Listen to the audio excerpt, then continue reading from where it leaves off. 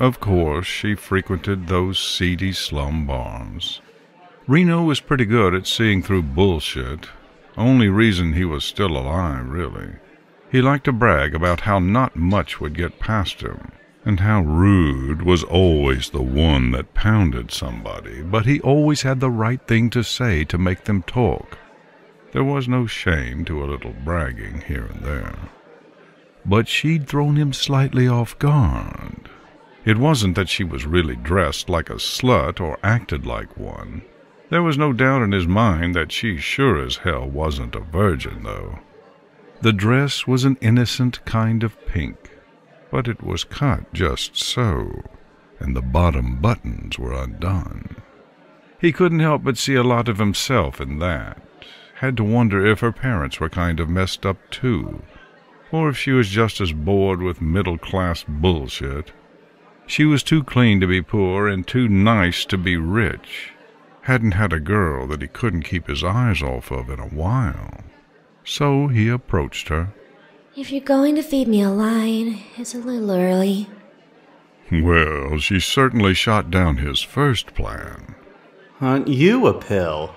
Usually does good to scare off the riffraff. She looked up at his hair. Dyed? Natural. I have some weird family. She wasn't drinking much, and he could see from that she was clever. Maybe a little guarded. People that didn't let themselves drink too much, particularly pretty girls by themselves, had a sense of survival to them. So, were you wanting to have a conversation? I'm not really in the mood for much else, see? It was almost kind of sweet, the way she said it. Oh, it wounds me that you would assume my intentions are impure.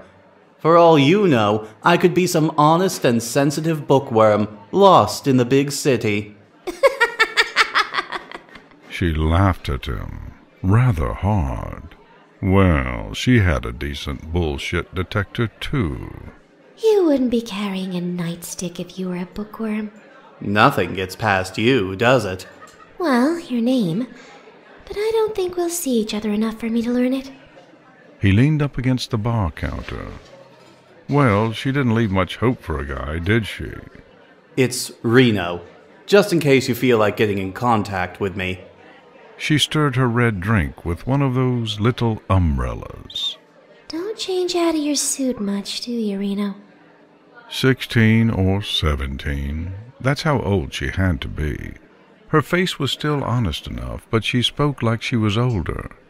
Reno figured she'd fooled a lot of guys with that. He wasn't that much older than her, really. Oh, this old thing? Saves on laundry time.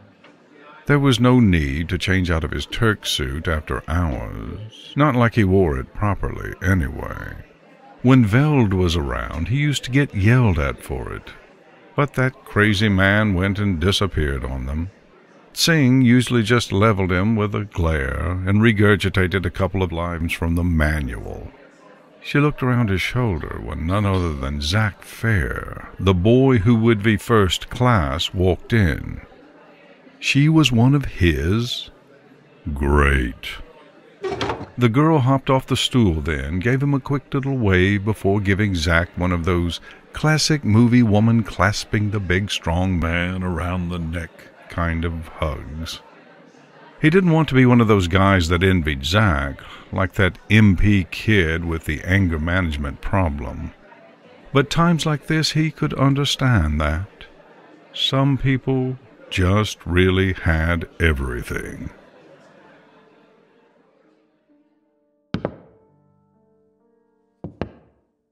Fate, it seemed, had it out for him. Maybe he'd been drunk or asleep all those years, but he didn't really make the connection between that little girl that Veld had made such a big deal out of them being nice to when Shinra made demands to have her captured, and the girl he'd seen in the slum bar. She was wearing white and blue now, with only little bits of pink here and there. While the pink could be kind of lascivious, this was clearly meant to be worn around her mother. God, did Singh really have to take a sick day? Oh, so they sent you this time. He couldn't help but notice the braid along her back swayed in time with her hips. Maybe she wasn't doing it on purpose. Sang ate some bad sushi or something. Disappointed? I think we both know this is just a formality. There was a long story behind that, but he'd never really wanted to know. Still, the girl herself was kind of interesting. And I know your name, Tease. Aerith doesn't really suit you. She looked surprised. Why do you say that? It's melodramatic sounding. You seem pretty straightforward, if a bit of a liar.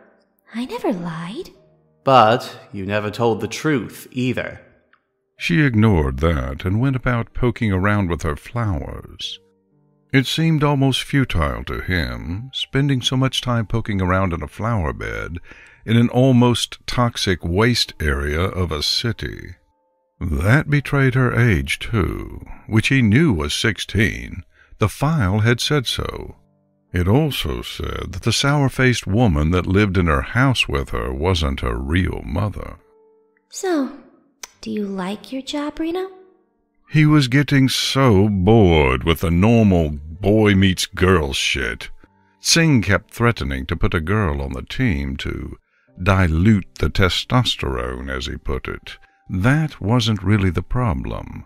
The problem was that girls tended to be boring and stupid. And Reno was still young enough to want one. Oh, it pays good. And they let me play with explosives. Can't complain, really. Zheng seems pretty serious about it. Seng's got a stick up his ass. No offense. She giggled. He's pretty intense sometimes. Used to be a lot nicer when he was younger, though. I kinda miss that. Oh, God. No wonder Singh always volunteered for this. Zack and Singh? What was up with this girl? You never are lonely, are you? It was the look she gave him that left a lasting impression. You're confusing what loneliness really is. When all hell broke loose, of course they were there. But after hell, he and Rude were in another one of those seedy slum bars, hoping that they could drink the smell of charcoal out of their sinuses. He felt her more than he saw her. It was the pink dress again, though she didn't quite have the same glow as the first time he saw her. I heard what happened. He found it odd that she spoke first. Sorry about your boyfriend. She didn't look so young, really. 17 now. He had a memory for that kind of thing. Rude's fault. His best friend wasn't the kind of guy that remembered facts easily. He really is dead, isn't he? I'm not going to lie to you.